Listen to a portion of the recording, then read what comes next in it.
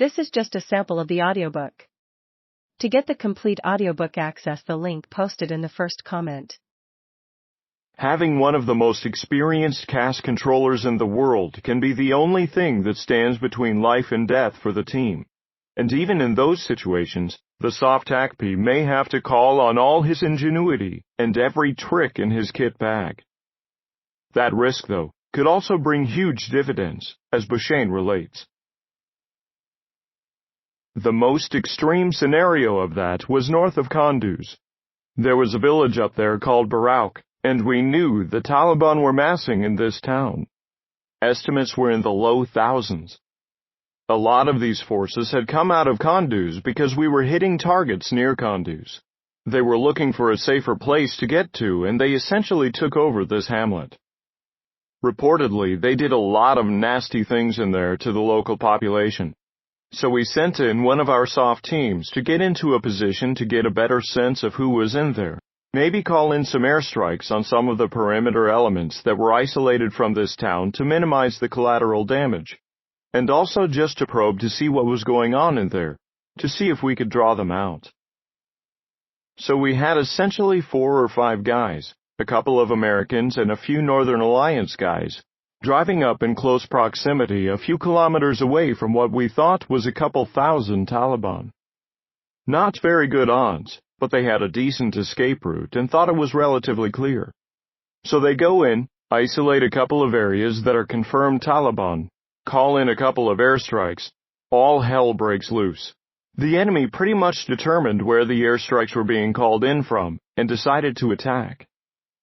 This team had been working a couple of fighters as they were probing these targets, and essentially the next radio call is, "Oh geez, here they come. How many? There's 1,000 to 1,500, all of them coming at me. How far away are they? 3 kilometers. What's their speed?" They're passing this information back and forth. "Okay, Solar," the ASOC's call sign. "What have you got for me? I need something right now." "We got another formation of fighters. That's not going to cover it. I need something to take out essentially a grid."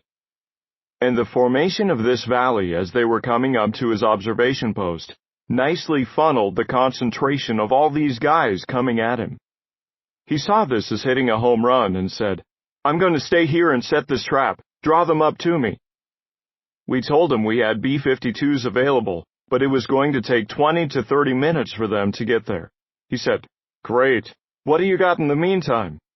We got a couple more fighters, and he did some harassment bombing. He built a bomber box set up like a grid pattern to match this area in this valley. He did a very nice job of forming it. We put him in contact with the B-52s, and they did their coordination. But as they're getting closer, the tempo and the excitement in his voice, you could tell things were getting dicey.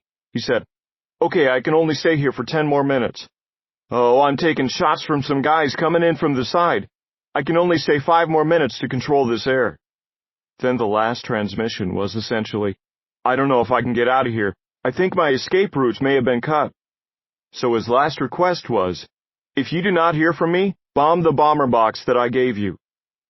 The implication was, they got me, and you might as well bomb it anyway because it's the end of the game for me. So at this point we get the commander, explain to him the situation and tell him that this guy had requested to execute this mission even without his final control because the mere fact that we had not talked to him tells us he has probably been captured or killed. This is a very tough decision for the commander, and it's his alone to make. So a pretty tough 3 or 4 minutes. Seemed like an eternity, as the airplane is checking in with no contact from the ground FAC. And the last thing you hear is kind of like ricocheting and bad stuff going on. So we're all sitting there. Your stomach is getting tied up in knots, the whole tent is silent, and all eyes on 3 or 4 folks staring at this radio with the commander making this decision. Finally he said, "All right, do it." We relayed to the B-52s, "Mission's a go, clearance given on our order, no final contact required." So the mission goes. We still don't hear anything from the soft team. The aircraft check out. Every minute that goes by, we think we probably just killed our own guys. Probably 10 minutes later, we get a radio call. "Solar, Team XX, thank you. Is everybody okay? We're all fine. And that was as close as I ever want to see it again.